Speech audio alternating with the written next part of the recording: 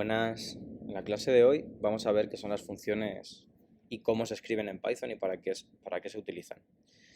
Bueno, las funciones las podemos ver como una especie de caja negra, ¿vale? En la cual se le pueden meter valores y devuelve un resultado. Digamos que esa caja negra es lo que sería la función a la cual nosotros la tenemos que crear, darle un nombre y crear ese código que permite realizar esa acción. Las funciones permiten encapsular el código que queramos de una forma parametrizable, que son esos valores de entrada que se les daría. Además, permite al programador dividir un problema grande en piezas más pequeñas, y una de las cosas más importantes y más útiles que tienen es que cuando tú creas una función se puede reutilizar a lo largo de todo el código sin tener que escribir todas esas líneas de código constantemente. Escribir funciones no es solo algo de Python, sino que se utiliza en la mayoría de lenguajes y es una de las partes más importantes a la hora de escribir código y de desarrollar aplicaciones, incluso también para la ciencia de datos. Vamos a ver cómo se crean las funciones en Python y cómo es su sintaxis. Podemos ver aquí que se utiliza la palabra clave o reservada de Python, def, para definir esa función. A continuación, un espacio y después se escribe el nombre de la función. Por convención, en Python el nombre de las funciones son las palabras en minúsculas separadas por guión bajo. Además, este nombre de la función tiene que ser descriptivo, tiene que ser único y tiene que permitir que cualquier persona pueda saber qué hace esa función leyendo el nombre. Otra cosa es que las funciones siempre, como buena práctica, es interesante que solo realicen una única acción. Por ejemplo, si una función suma dos números, solo va a hacer eso. No es recomendable que una función sume dos números, después que los divida, después que los reste y después que los multiplique. Eso sería recomendable crear 4 funciones, una para cada operación. Bueno, sigamos con la sintaxis. Def, espacio, nombre de la función, con nomenclatura Snake. Después paréntesis, dentro de los paréntesis se le meten los parámetros, el nombre de los parámetros que queramos que tenga esa función, que serán estos parámetros los que se vayan a utilizar en el código. Y finaliza con 2 puntos. A continuación, en la línea siguiente, y de una forma tabulada o indentada, se le mete el código que va a realizar. Vamos a verlo mejor todo con un ejemplo. Vamos a crear una función que simplemente se llame saludo y que muestre hola mundo. En este caso no le vamos a meter parámetros, lo vamos a ver en otro ejemplo posterior, porque no siempre es necesario meter parámetros. En este caso, como va a hacer una acción que va a ser printar hola mundo, no es necesario meterle ningún parámetro. Los parámetros solo se usan cuando afecta al código dentro. Ejecutamos esta celda para crear esta función y a continuación vamos a ver cómo se llaman las funciones. A las funciones se les llama por su nombre y por los 2 paréntesis. Si nosotros ejecutamos este código, va a mostrar hola mundo, que es lo que nosotros le hemos dicho aquí que haga. Nota importante: si creas una función con el mismo nombre que otra anterior, se va a sobreescribir. Lo mismo que pasaba con las variables en Python. Así que tenemos que tener mucho cuidado de darle siempre, si no queremos sobreescribirla, de darle un nombre diferente para que lo almacene en otro nombre o en otra variable, podría decirse. Ahora vamos a ver los parámetros de entrada. Como habíamos visto aquí, tenemos que tener en cuenta estos parámetros. Entonces simplemente vamos a ver un ejemplo. Vamos a seguir con la misma función, pero vamos a cambiarla y vamos a llamarle de otra forma para que no se nos sobreescriba. Se va a llamar esta función saludo nombre y esta función sí que va a tener un parámetro de entrada que va a ser el nombre. lo que va a hacer es, en lugar de decir hola mundo, va a saludar a ese nombre.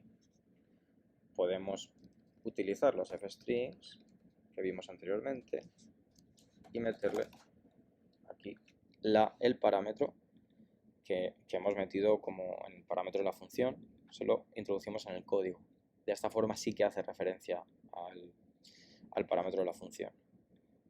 Ejecutamos esta función, tened en cuenta siempre esta indentación, aunque te lo suele poner por defecto en la mayoría de editores y de notebooks.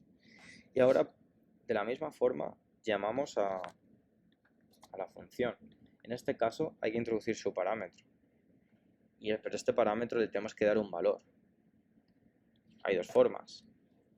Podemos darle el valor en una variable, aquí que se llame José, y aquí ya, al meterle la variable nombre, le metemos el valor José, y vamos a ver cómo el resultado es hola José, pero también habría otra forma, que sería directamente meterle aquí el valor. Normalmente suele ser recomendable almacenar todo en variables para que así también sea más fácil leer el código. Hay una tercera opción que sería hacer esto. Os quedáis con la que queráis, pero siempre pensad que el código tiene que ser entendible. Entonces, si directamente le metemos este valor, no sabremos qué es. Ya si le metemos nombre igual a José, sabemos que al menos va a ser un nombre. Si se lo metemos aquí, igual. Entonces, entre estas dos formas, os podéis quedar con la que queráis, pero que sea identificativo. Vamos a ver otro ejemplo un poquito más complejo, que va a ser la potencia de dos números. Entonces vamos a decir una función de potencia. Vamos a hacer aquí número 1, número 2, dos puntos. Y bueno, como vimos anteriormente, la potencia de dos números, vamos a llamarle potencia num para que no se equivoque con el nombre de la función. La potencia num es el número 1 con dos asteriscos elevado al número 2. Y vamos a poner un print para que muestre el resultado. Guardamos esta función igual y ahora vamos a llamarla. Igual que antes, podemos crear las variables, por ejemplo, el número 1 que sea 2, o bueno, que sea 2, y el número 2 que sea 2 también. Si nosotros ejecutamos esto, 2 elevado a 2 es 4.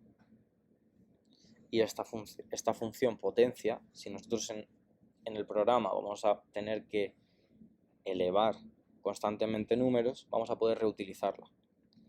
En este caso veis que nos vamos ahorrando líneas de tener que escribir esto todo el rato. Lo escribimos una vez y simplemente llamaríamos.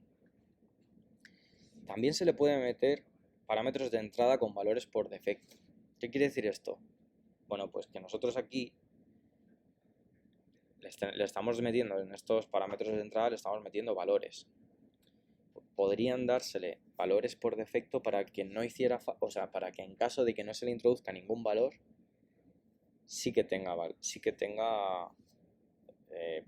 un valor por defecto y que pueda realizar esa operación. Entonces vamos a probar con la misma función de antes, pero ahora vamos a llamarle potencia default para hacer referencia a que tiene valores por defecto. Y vamos a hacer que el número 1 sea siempre 2 por defecto. Por defecto me refiero a, si nosotros no le damos otro valor, va a tomar el número 1 como 2 y el número 2 como 3, por ejemplo. O bueno, podemos hacer al revés, para que sea más fácil elevar. Vale. Vamos a coger el mismo código de dentro, porque esto sí que no va a cambiar. Lo único que va a cambiar es que en este caso los parámetros de entrada sí que van a tener valores. Ejecutamos esta función y ahora vamos a llamarla. Vamos a llamarla igual. Nosotros le podemos dar los valores que queramos. De hecho, podemos hacer esto mismo y nos va a dar el mismo resultado. Vamos a ver. ¿Veis? Ahora, ¿qué pasa si nosotros comentamos esto y no le damos aquí ningún valor?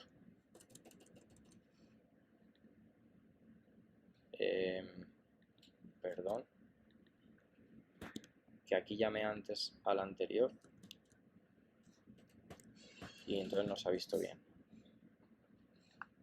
Quiero demostraros que sale lo mismo y antes lo había mostrado con la otra. Vale. Es que antes, o sea, esto simplemente es porque antes había llamado a esta y no a esta. Quería demostraros que de verdad que sale lo mismo. Ahora quiero comentar esto o eliminarlo si queremos y tener en cuenta que no vamos a llamar ahora a ningún valor en esta función, que sí que tiene valores por defecto. ¿Veis? Sin embargo, en esta otra función, que además nos había salido antes, nos había dado un error. Sabéis que en la función de potencia de Fault le hemos metido por defecto el 3 y por defecto el 2. 3 elevado a 2 es 9. En caso de que no le metas ninguno, te va a calcular esto. Sin embargo, si nosotros llamamos a esta función anterior a la función potencia, sin meterle ningún valor por defecto, te va a dar un error. Porque, de hecho, aquí te dice que está esperando dos argumentos requeridos, número 1 y número 2, y no estamos diciendo ninguno. Entonces veis que en este caso sirve para esto. En caso de que no tengamos que meterle ningún valor o que no le metamos ningún valor, va a seguir funcionando la función, por la redundancia. Siguiente. Vamos a ver los comentarios sobre la documentación en funciones. Bueno, las funciones, a las funciones se les puede meter digamos un string que permite aclarar o permite definir esa función para que cuando la uses puedas tener en cuenta eso. Vamos a usar esta misma función de antes, pero le vamos a meter esa documentación. ¿Cómo se escribe? Bueno, con comillas triples,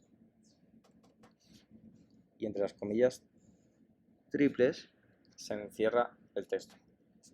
¿Qué puede ser? Pues, por ejemplo, esta función eleva dos números y en caso de no introducir ningún... Se puede saltar de línea con las triples comillas sin ningún problema, ¿vale? Y en caso de no recibir número, eleva el 3 al 2. Ya hemos creado la documentación. ¿Qué va a permitir esto? Bueno, pues vamos a llamarla. Quiero que lo veamos. Si nosotros ahora pinchamos aquí, la dejamos, o sea, no pinchando, sino dejamos el ratón apoyado en la función, veis que te dice primero cómo está definida, def, potencia de Fault, tal, y luego abajo te dice esta función eleva dos números y en caso de no recibir número eleva el 3 al 2. Que ese texto es el mismo que le hemos puesto nosotros. Esto permite que si otra persona, o bien nosotros, o bien otra persona coge nuestro código y no sabe lo que hace esa función, la puede leer y puede saber qué hace. Además, otra de las características importantes que puede tener las funciones de Python es que se le puede meter un número de parámetros de entrada variable. Es decir, nosotros aquí le estamos metiendo parámetros fijos. Siempre se le tiene que meter el número 1, siempre se le tiene que meter el número 2. Pero puede ser que a veces podamos querer meterles más valores. Bueno, pues vamos a crear una función que se llame suma tupla, que tú le metas un número de valores y que los sume. Este asterisco que he puesto aquí equivale a que le puedes meter el número de parámetros que te dé la gana cada vez. Aquí no se lo hemos puesto, pero aquí se lo hemos puesto. quiere decir? Bueno, pues que si nosotros, por ejemplo, hacemos que el resultado empiece por un 0 y que nosotros queramos hacer que los valores van a ser una lista, una tupla, pues vamos a iterar por cada valor en los valores. Esto es verdad que es de bucles y no quiero liaros, pero bueno, ir cogiendo nociones, que lo vamos a ver más adelante. Vamos a coger cada valor en el conjunto de valores y vamos a coger al resultado y le vamos a hacer que sea resultado más el valor. Al final va a printar el resultado.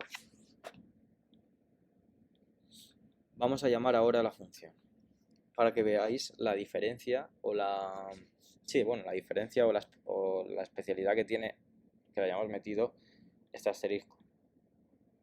Llamamos a la función y entonces en esta función, a diferencia de las otras que solo tenemos que meter los parámetros que le decíamos, vamos a poderle meter los que queramos, el 1, el 2, el 4, el 5, el 7, el 8.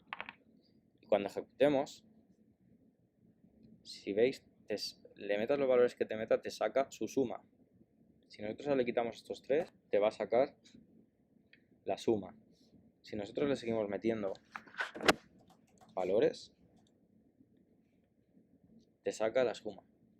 Esto es muy útil cuando no sabemos el número de parámetros que le podemos introducir. Y por último, vamos a ver qué es el return o cómo se retornan valores en las funciones y para qué sirve. Si seguimos con el mismo ejemplo, este anterior de la suma tupla, suma valores se podría llamar también. De hecho, ahora vamos a llamarlo suma valores para cambiar el return. Va a ser la misma función. Ahora vamos a coger la palabra clave return. Esto lo que hace es que devuelve el resultado que nosotros le digamos. En este caso queremos que devuelva el resultado, que es el resultado de la suma de los valores. ¿Y qué permite esto? Aquí estábamos metiéndole un print. El print no devuelve el resultado como tal, sino que solamente hace la acción de que printa eso. El return te permite almacenar el resultado en una variable. Así que vamos a guardarlo en la variable resultSumma y ahora vamos a printar esta variable. ¿Veis? De la forma anterior no permitía almacenarlo, porque no le hemos puesto ningún return. Sin embargo, ahora sí que podemos almacenarlo en variables. Y además, si combinamos con lo que hemos hecho anteriormente de la documentación, proponemos esta función suma los valores introducidos entre sí, va a ser mucho más fácil verlo, que ahora cuando nosotros hemos pulsado en la función,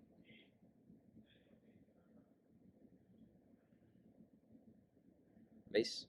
Que a veces cuesta un poco esta función, sumar los valores introducidos entre sí. Así que nada, hasta aquí funciones y veréis qué útil es con el tiempo. Muchas gracias.